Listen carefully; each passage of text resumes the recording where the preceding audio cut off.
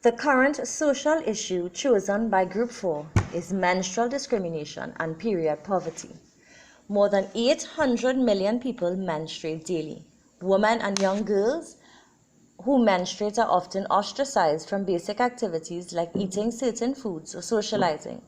This is an occurrence worldwide, even in these times of scientific and technological advancements. Here in the Caribbean, there are cultural and religious shames attached to menstruation. Women and young girls are viewed as unclean and not allowed to do simple tasks such as cooking or picking fruits. They are also not allowed to enter temples or mosques or even participate in Hindu or Islamic religious rituals. Cultural and social stigma surrounds menstruation. Menstrual stigma is potent and impactful, even if it varies in intensity from place to place. These socio-cultural norms, stigma, misconceptions, and taboos continue to lead to the exclusion and discrimination of women and girls. Patriarchal control is often exerted to constrain a woman's behavior and mobility while menstruating. When this is combined with the shame that women and girls are made to feel during that time, it is truly disempowering. In addition to the taboos associated with the purely biological and unavoidable menstrual process, many women live without any privacy to wash themselves or access to safe and clean toilets or a separate sanitation facility at work, school, or when visiting public institutions.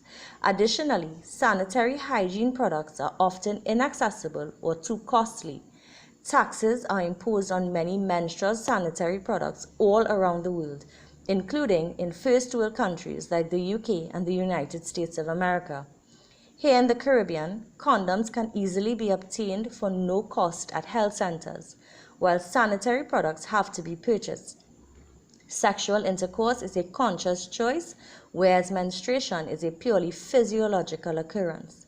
The inaccessibility of safe and hygienic sanitary products forces many women to resort to the use of unhygienic materials such as socks, toilet paper, old pieces of cloth, or even used napkins.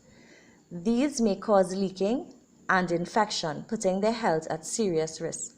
Helen Douch, a Polish psychoanalyst, believed that girls' psychological reaction to the first occurrence of menstruation have a common root in anxiety, in which approaching adulthood and sexuality are experienced as a threatening danger. Douch argued that such anxiety is in part the result of menstrual taboos that exist in many cultures. Menstrual stigmas and a lack of sex education leave menstruation knowledge at a limited stage. This leaves many girls with negative feelings towards menstruation. It also makes them more vulnerable to experience psychosocial stress, which can have a negative impact on their self-esteem, ability to learn, and to operate functionally in society. A global shift in cultural thinking is needed so menstruation can be viewed with respect, acknowledged as a human rights issue, and so that the discrimination, shame, and stigma too often attached to it can be eliminated. The research method that we would use to investigate this would be personalized interviews and a questionnaire. We would use both these research methods to collect both qualitative and quantitative data.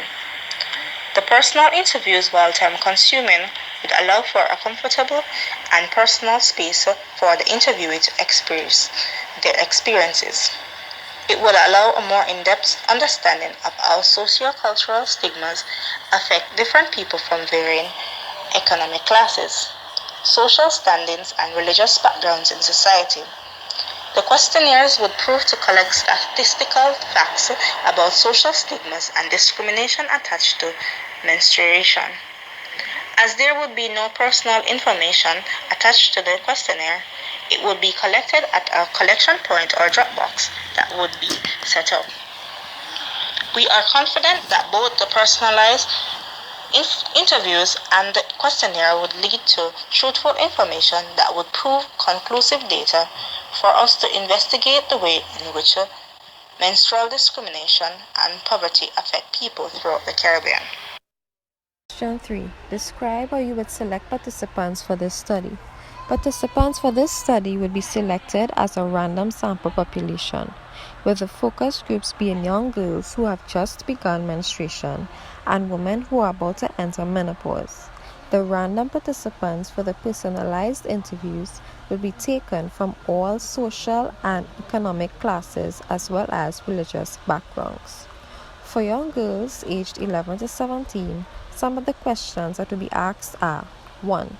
How did you feel before monarchy? 2.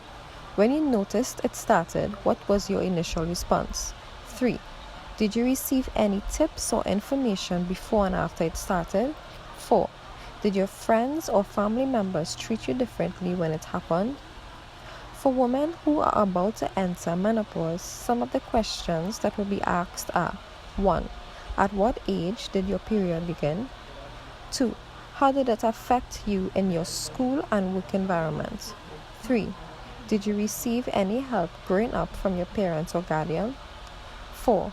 How did you feel knowing that this part of your womanhood is over? The data collection methods that will be utilized for this research are semi-structured personalized interviews and questionnaires. The topic menstrual discrimination and poverty has not yet been widely researched in the Caribbean. Therefore, using primary data collection methods such as semi-structured interviews and questionnaires will allow the researcher to uncover new information on the topic. As stated by Gill, Stewart, Treasurer, and Chadwick 2008, interviews are most appropriate where little is already known about the study phenomenon or where detailed insights are required from individual participants. Semi-structured personalized interviews will give the researcher an opportunity to engage with the participants firsthand and get their views and experiences about dealing with menstrual discrimination and poverty. There will also be specific but not rigid questions associated with the personalized interviews, as some people may be more comfortable and honest if they have a personal interaction with the person asking the questions. The use of this data collection method will also allow for some flexibility, as follow-up questions could be asked to gather additional information. Questionnaires will be used in an effort to get honest and accurate information from the data investigation. The questionnaire would be completed anonymously and deposited in a collection box.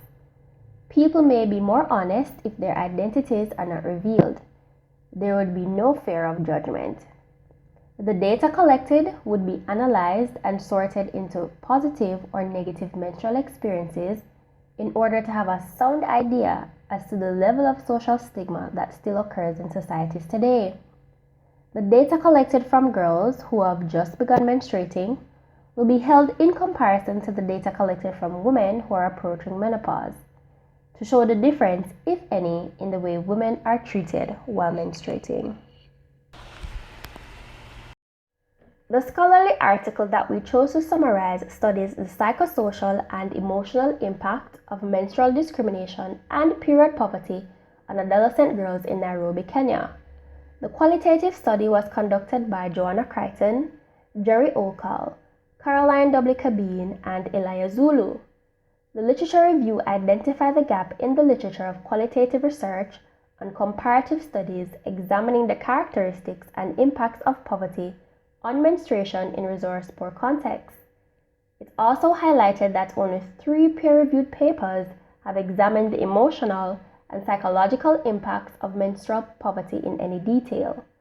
The research therefore sought to address these gaps in knowledge. The rural slum settlement called Karugaku was chosen to conduct the study. This settlement is an impoverished community that lacks a constant water supply. Many people from this community use a communal water supply or they purchase water in containers. If they cannot afford to purchase water or there is no water to purchase, they are forced to use water from a contaminated source. They may go without water for bathing or laundry for a number of days at a time. Communal toilets and washing facilities are used by residents as they live in one-room houses. Menstrual sanitary products are available for purchasing, but they are very costly. Some adolescent girls are forced to use only 3 sanitary pads throughout their menstrual cycle if the family is able to afford them at all. Many families from these resource-poor communities cannot afford to purchase sanitary supplies. Women and adolescent girls often use alternatives to collect the flow of their menstrual blood. Some use goatskin skirts in order to soak up their menstrual flow. In some cases, goatskin skirts are a luxury, as many adolescent girls are forced to stoop over a hole that is dug in the ground in order to allow their menstrual blood to flow into the hole. At night, they sleep on straw in order to allow the blood to be absorbed. This method of managing menstruation prevents girls from attending school or doing normal everyday tasks. In other communities in Nairobi, women and adolescent girls are banished into menstruation sheds for the duration of their cycle. Some mothers from this and other impoverished communities deprive themselves of the use of sanitary menstrual supplies to allow their daughters to use the limited supply available. The mothers would in turn use less hygienic methods such as pieces of old cloth and cotton. The research methods used to conduct this study were in-depth interviews and focus group discussions. The focus groups were comprised of adolescent girls ages 12 to 17. The in-depth interviews were conducted with women, including teachers and a community nurse.